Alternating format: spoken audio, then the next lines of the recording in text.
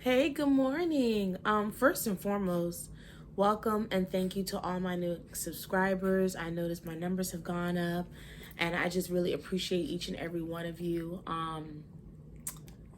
Yeah, just thank you. Thank you for the likes. Thank you for the comments.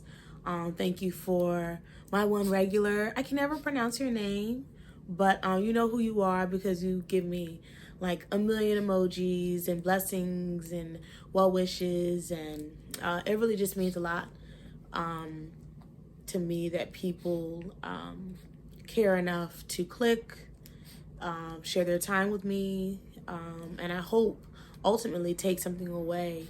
Not because I consider myself an expert, but because I'm so passionate about self love and self care. And I wish that early on, YouTube had been what it is, what I feel like it is today. And I even knew that there was a community of women and content creators speaking on their journey and giving advice and, you know, changing their lives and sharing to inspire other women. That's the biggest thing. I've never been a big fan of using TV and movies as an example, even though there's some great love stories, there's some great inspiration stories, but I feel like there's more power in a good autobiography, a good interview, someone who's saying, hey, I'm not a paid actress.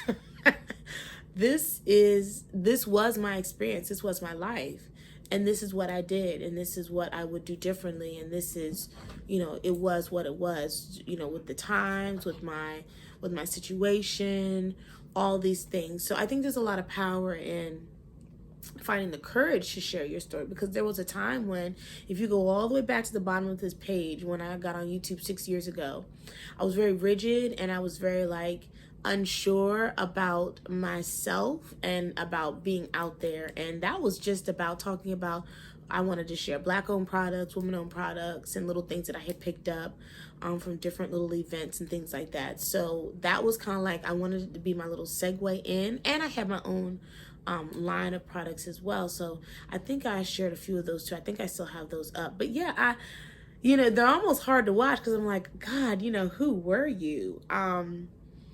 That was my old apartment in Virginia. My youngest was a newborn, 6 years ago. So she was a newborn. Autumn was about 3 or 4. And, very different times, very different, just such a different vibe. So I'm so glad that now at 175 videos in, hours of talking and sharing and thinking of different topics, just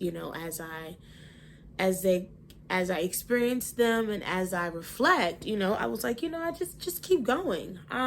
No, I'm not the most polished and fancy. I don't give you guys background music. I don't give you guys fancy text.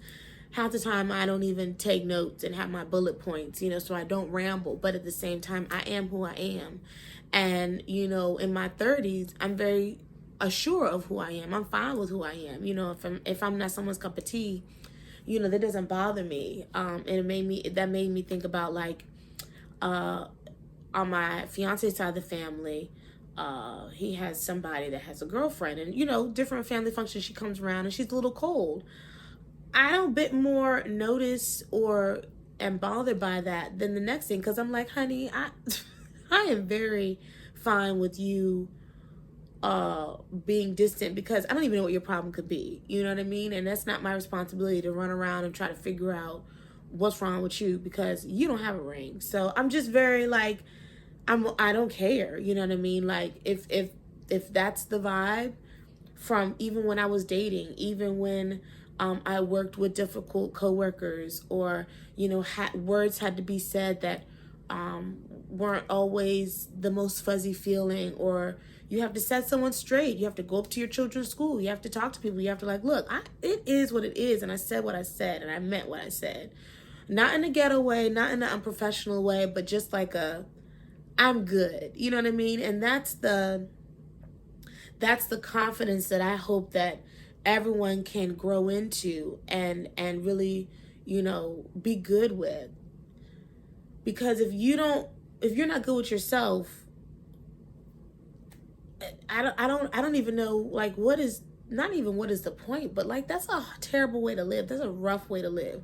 On top of, okay, you don't like yourself, or if you're insecure, or you've got other things going on. Like, don't stack all these things up against you. You know what I mean? You've got to be in your corner in every sense of the way. But anyway, you already know that, because this is about self-love and self-care. But I got a kick out of last night's Super Bowl. You know, Rihanna, she did her little, you know, everyone was just like, is that a baby bump or is that not a baby bump? Like, she keep touching it. What's going on?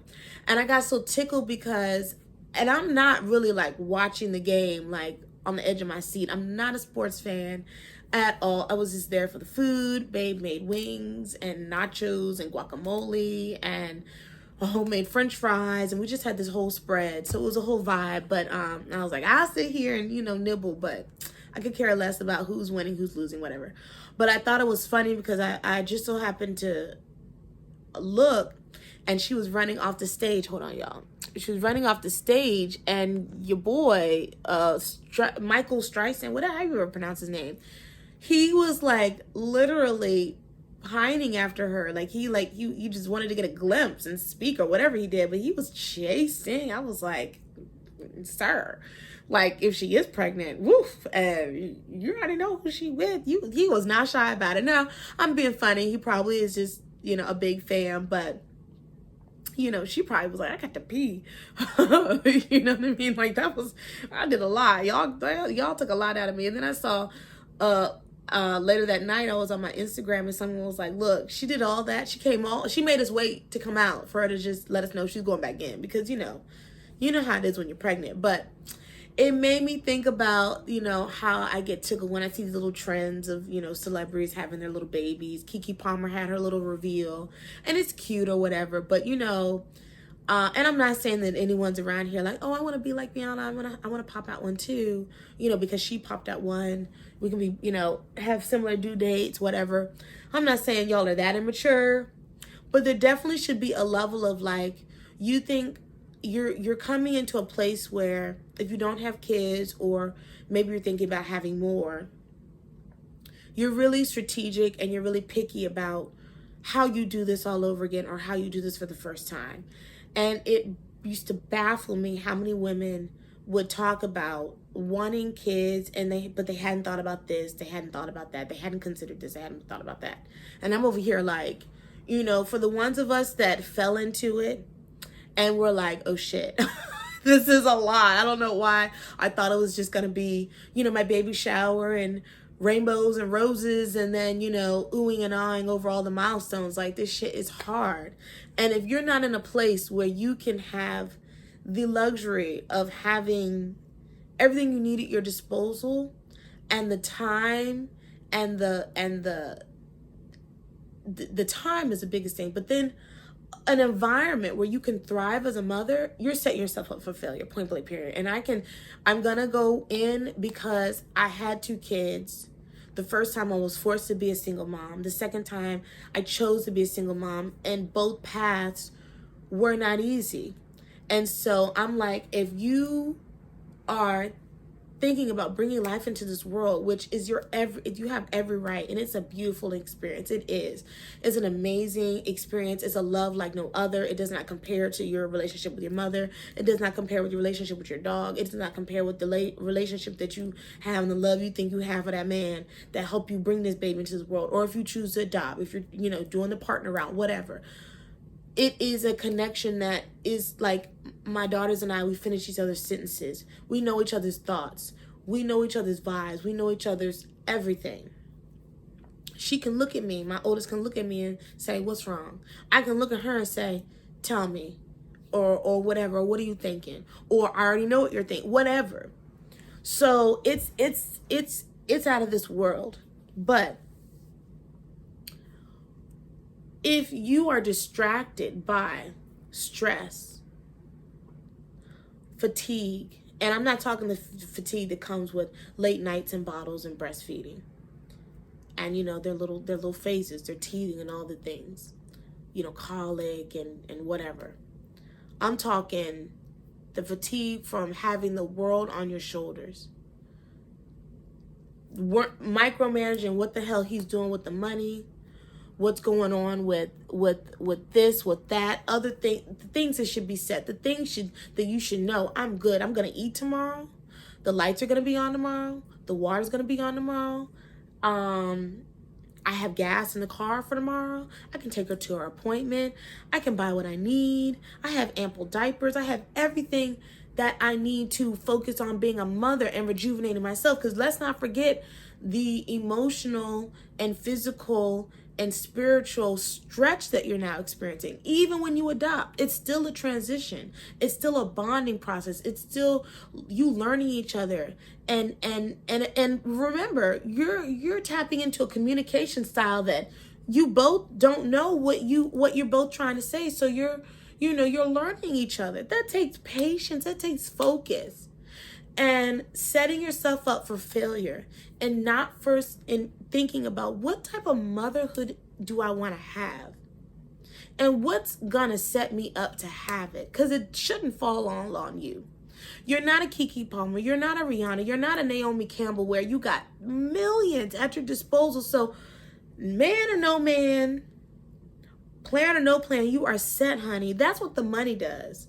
So I don't get mad when I see these, quote unquote gold diggers. I don't get mad when I see these girls talking about something. I'm about my money first, because the money is the tool that allows you to have what you need. You can't go into Whole Foods talking about, I am, a woman, I am a child, and I deserve to eat, so I'm gonna just take everything I need. Baby girl, they gonna put you in handcuffs like the next one and take you right on downtown and book you and everything else. You need the money. Nobody's going to look at you and be like, oh, you know what I mean? Here's a handout, here's a handout, here's a handout. We all know it don't work like that. You don't go down to, the county and be like, you're going to keep my water on because I'm over here and I have children. I have a baby. So I don't have to pay up, but I expect my water and my lights and everything else to be on. You don't tell your landlord, your mortgage company. None of these people, you don't walk around commanding this stuff with nothing to back you up with. You know what I mean? Your money talks. Your money moves. Your money allows you to have the nice things that you need. We're not even talking frou-frou stuff. The necessities. So if you're not moving in a place where, okay, I know I need money. I know I need a nice place to stay where I can be comfortable. I know I need a man that's going to make sure, or a partner that's going to make sure I can relax and focus on the baby. We can focus on the baby. We can have the medical coverage we need. I can have a doula if I want a doula. I can take my little classes if I want to take classes. I can take Pilates and stretch and open up if I want to take Pilates and stretch and open up. I can go get my facials. I can go get whatever it is your self-care through your pregnancy. Somebody's going to have to do your feet. You're not going to be able to bend down. Somebody's going to have to do your waxes because you're not going to be able to get down there and do all that. I mean, let's be real. Your hair is going to be growing. Your hair is going to be changing. Your nails, if you don't have the energy to do that, you can get somebody to do your hair, You might need a bigger car, a nicer car with features that help you move around with the stroller and the car seat, all that. I'm telling you, we had a rental Volvo. I never want to go back to pulling the clothes in no kind of trunk. I want the push button trunk. I'm already like, I need the next nicest thing. I like the captain seats. I like the little, you flip the handle and the seat just folds up and goes down by itself. You're not pushing and trying to, with older cars, some things or whatever. Like my Acura is great. I love it, but it's still a smaller SUV. So I'm like, if I ever, and even if I don't, I got nieces and nephews, I want them to pile up with auntie and ride with me. It'd be nice to have a bigger, nicer car, newer car. Like these are basic things that, you deserve to have if you are going to be focused on bringing life into this world and our future generations. Because let's not forget, you are raising not only our future, but future healthcare workers, future, this person is going to take care of you when you need them when you're 80, 90 years old. You might want to have a easy peasy ride, at least getting them, getting them started, getting them going at least to kindergarten. And I had a beautiful time over the weekend because I ran into, I wasn't sure if I was going to see my girlfriend's older sister. Now she has a 20-year-old, a 17-year-old, and I can't forget the other ages, but She looked good. Her children were just so sweet. Everyone looked good. I hadn't seen them in years. And she dropped this gem on me because we started talking about motherhood, and she shared how she made a decision to not raise her children like she was raised, super strict, no communication, no like, hey, this is what life's all about, and I want you to be prepared. So you're gonna drink with me, so you know your limit. You might want to let's have a couple sex talks, not just one sex talk, but a couple sex talks. And I'm kind of paraphrasing because we jumped around, but let's talk about crop tops. Let's talk about these boys. Let's talk about all these things that you're gonna get out there and hear it all, but I want you to hear from me first.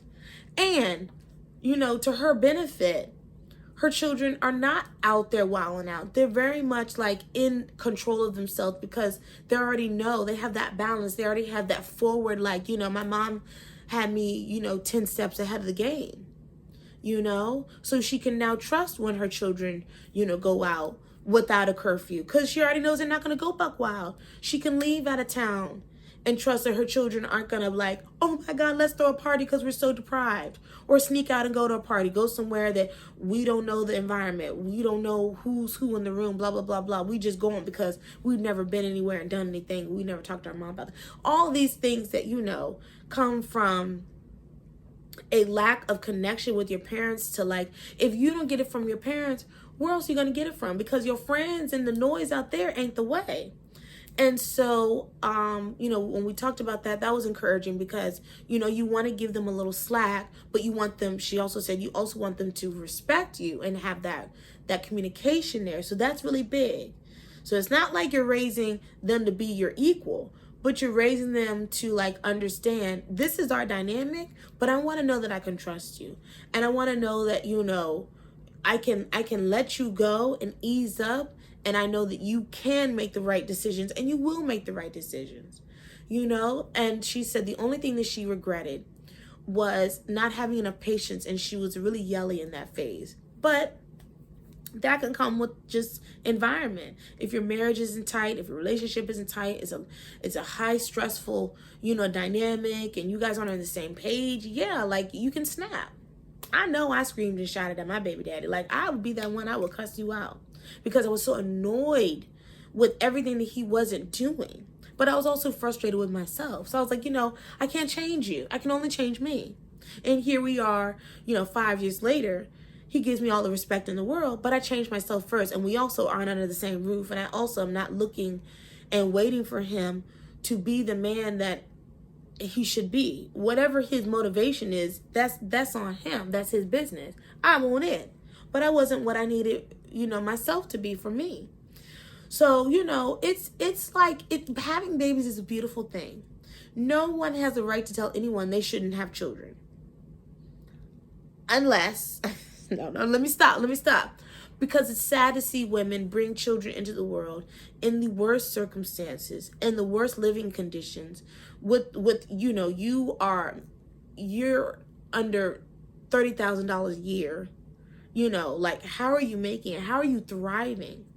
How are you, nourishing them, nourishing yourself? How are you resting? How are you rejuvenating? How are you creating opportunity for yourself? Now, things happen and you can be a victim, yes, but you don't have to stay a victim. So to avoid all that, when you have a choice to choose how you're going to feel. Let me back up. Through your pregnancy, a lot of women don't even think about the first trimester. Everybody don't get lucky and have glowing skin and all this energy. This shit is hard. It is hard. You just don't know until until you're in it. And you're like, wow, I can't keep down crackers and water. Now what am I going to do? Can't work. Now what am I going to do? You better have a plan to where you know that I can go and tell my baby, who loves me and respects me in every sense of the way, because he shows me with his provision, his protection, his support. Because that was me. I said, I cannot work like this. I'm literally gagging and throwing up in my mouth at the register. I worked at JCPenney while I was in school. I came home and I was like, I can't do it. And if y'all know anything about a JCPenney, They're usually connected to a mall, and that bathroom is usually way in the back. It's like a 5-minute walk by the salons and the photography section. I'm in the front, in the women's section. No, we're not. It's not happening. It's not happening. There's no other bathroom. I came home. That was my resignation. And he did not blink. He did not stutter. He did not well, let me figure it out and let you know. No, it was like, okay, I'll figure it out. I'll figure it out. That is what a man's supposed to do. But you have to make sure that you have picked a partner, picked a man that will give you that. There's no doubt in your mind that he won't, you got a job. You're already fully employed. Your job is to nurture yourself, keep yourself up, through your pregnancy, your vitamins, your appointments. That's enough. Your energy level, try to keep some food down, some ginger ale, whatever you can stomach. And grow this baby. And then have the baby. Let's talk about maternity leave. Who wants to be pressured with, that daunting, your 4 to 6 weeks is up, gotta come back to work. What if I don't have to come back to work? What if my man's got me? What if I got savings? What if I've got other streams of income that have set me up so I don't have to worry? And you can't tell me what to do. What did one mom say? She took 6 years off.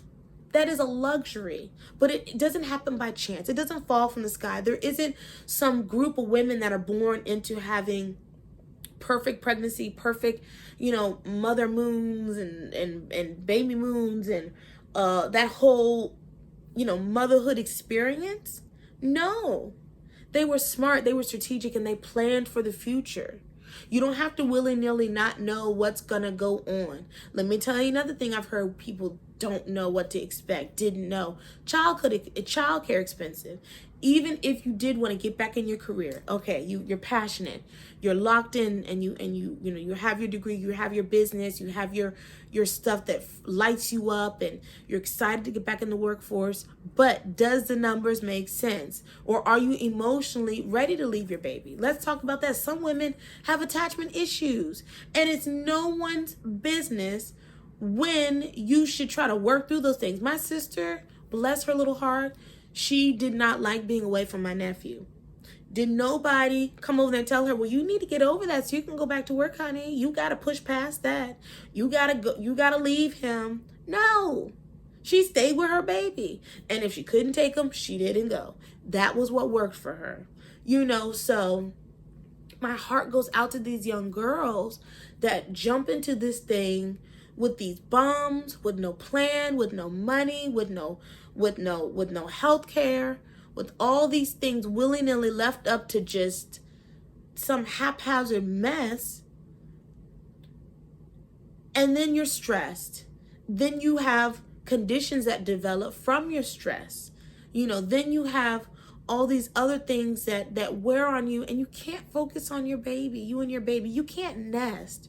You can't, be warm and fuzzy and decorate your nursery. You don't even have a damn nursery.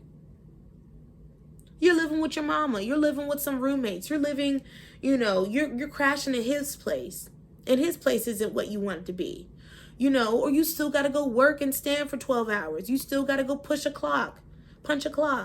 You still got to, run around and do all the things that normal people do and can barely do that. And they're not even pregnant. I really believe, pregnant women are like the superheroes of the world. And mothers are right behind them because, you're defying the odds. You become so many different things to this little baby that needs you for everything. You are their universe. You are their life source. You have to look at them and know exactly what they need and want. And you do it, you develop that. That is magic in and of itself. So every woman deserves a peaceful pregnancy, a happy pregnancy, a happy motherhood experience, a happy and peaceful birthing experience. Every woman should feel that that just, I'm good and I'm set. When you're leaving the hospital, you're not wondering what's next. You're like, everything is set and everything is there for me. You're not wondering,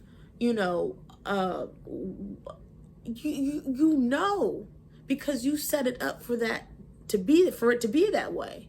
You make that choice. You make that decision. And it's not hard. All this plenty of fish stuff. No, a lot of people are in these swamps, in these sewers, in these backwoods, murky water, cesspools,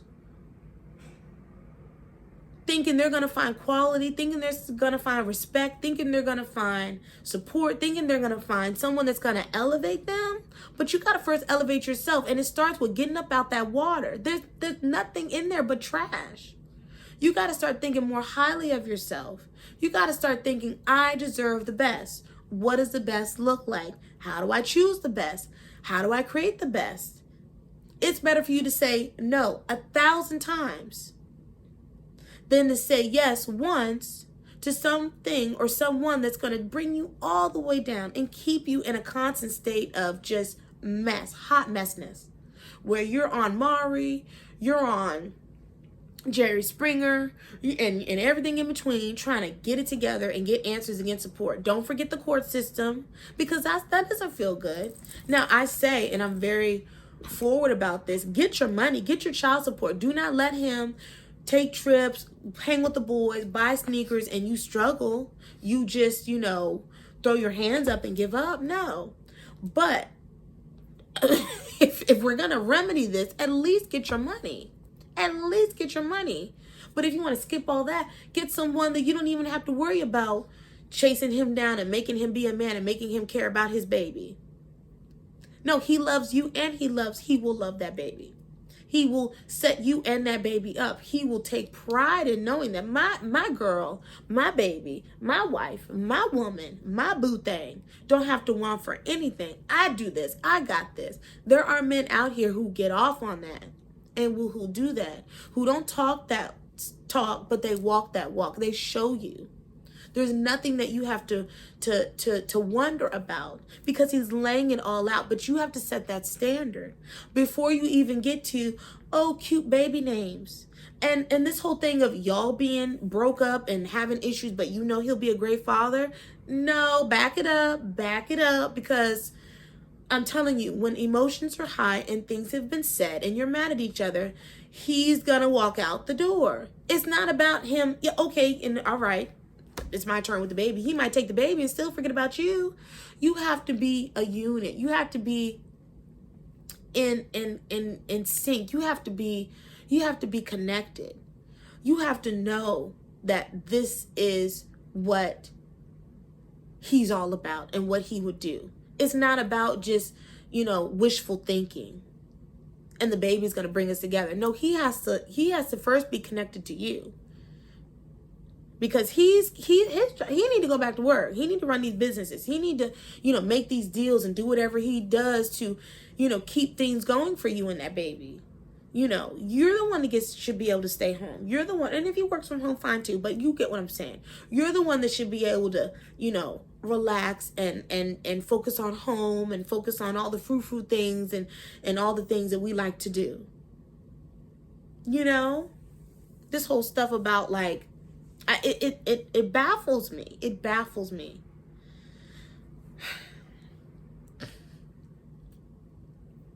You have more power in how this thing plays out than you think. I don't know where this got twisted, but there was a time when the old school, a man couldn't see your collarbone before he, had to meet your dad, show his pay stubs. They got to run his credit, meet the family. Where do you live, work? What's your background? What church you go to? All these things to vet him, to make sure you not no bum. Because you ain't going to come up in here and run no rigmarole and get my daughter all hot in the pants and knock her up and leave her with me. So, times were different, but there was some standard there that protected women from all this nonsense. Because now anything goes. Anything goes. And it hurts us. Yes, we can be single moms. Yes, we do it. And we raise beautiful children out of it. We raise strong men out of it. We raise forward-thinking women, to know, okay, this is what you look out for. Yes, we can do it. We have done it. And those children that grew from that have thanked us from it. But it's not something that I want to perpetuate and say, well, you can do it, so you should. No, I don't teach my daughters that at all. I want them to know, if you want to have a sweet little baby, if you want to be a mama on your terms and be safe and be secure, this is how you do it. Already, you see how you play with your little baby doll? They were, last story, they were in there playing with their dolls. Not the baby dolls. They're like LOLs or whatever. And they were like, okay, I'm going on a date. Bye, Mom. And I was like, I was in here and I shouted in there, who going on a date? Woohoo. And they said, you know, the little guy's character. And I said, they don't have male dolls either. So I was like, okay, this is definitely make-believe, but I need the backstory. Where are they going?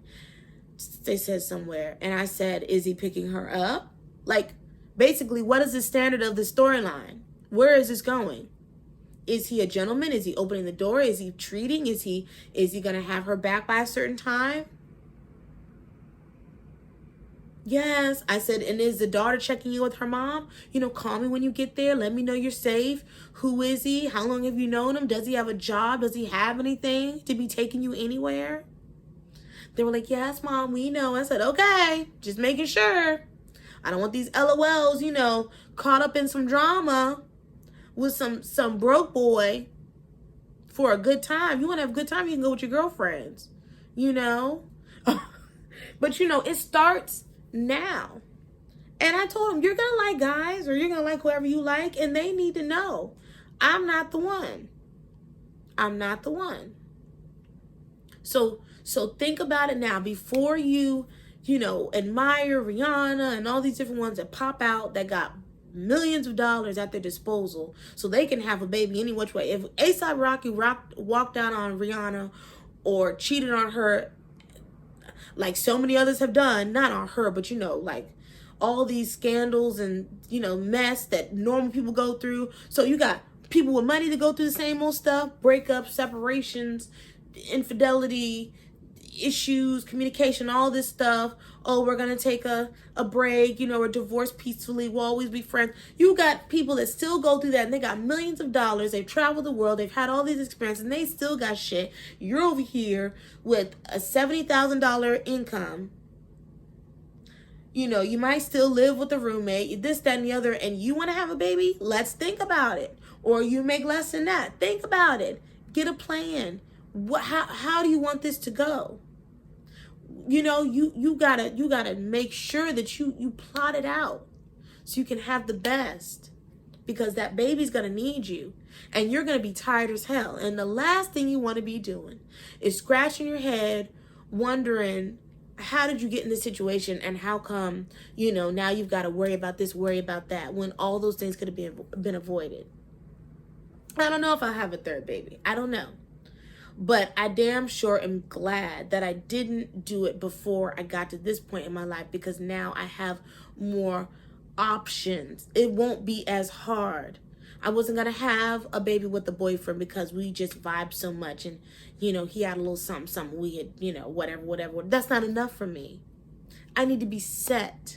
I need to know that my fiance or my husband can buy a bigger house, you know, a bigger car, a nicer car. I have health insurance, and not just any old little government stuff. I have top tier. I have options.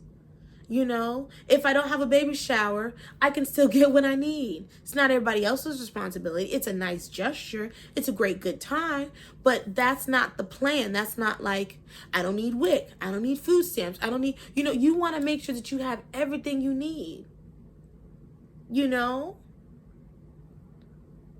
it should not be like you got to sacrifice and really just be struggling through your pregnancy. It is the worst feeling. It is the worst. You know, babies cost money. The little clothes, the little booties, the little bows, all the little accessories and toys and matching this and matching that, and your diaper bags and your strollers and don't forget, you got to keep upgrading these strollers. You got to keep upgrading these car seats. Everything costs money. You need to be able to have that money there for you and that baby. And again, I don't want to make it a money grab, but you got to eat and you got to live. And you don't want to live with Goodwill donations. They don't even take car seats. You don't want to have to do that if you don't want to do that. Now, if you like vintage baby clothes, I wouldn't go to Goodwill, but you know what I mean. But that other stuff, y'all choose better. Y'all think highly of yourself. Plan out your little pregnancy, plan out your little, and have fun. And until the next one, peace. Bye.